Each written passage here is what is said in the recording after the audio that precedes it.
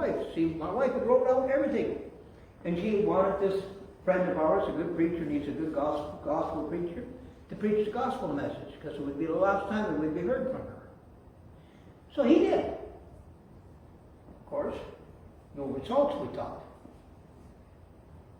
A little later, one of the most unlikely people that I would ever think of, her oldest sister, had accepted Christ that day.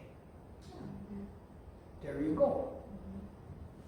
So last Saturday, a week ago yesterday, I was home to fulfill part of Judy's last statement with her family. We did an interment. Half of her ashes went to her family, where all her family is buried. There's many, many of them. And over 40 members of her family were there.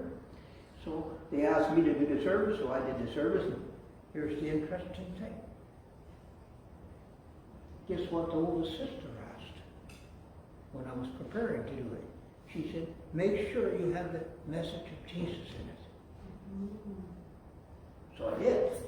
So then we had a meal afterwards, and a barbecue and all that stuff with all these people, relatives of my wife's.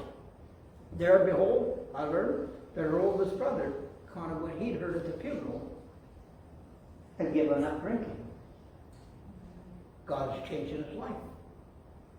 Not only that, his oldest sons and his wife, that would be my nephew and niece and the wife's son, they give their lives to Christ and they're going to church.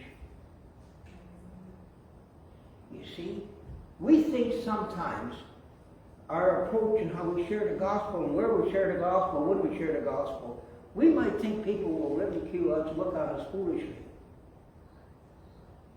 But we have a responsibility, regardless, to bring hurting, lost people into the presence of Christ.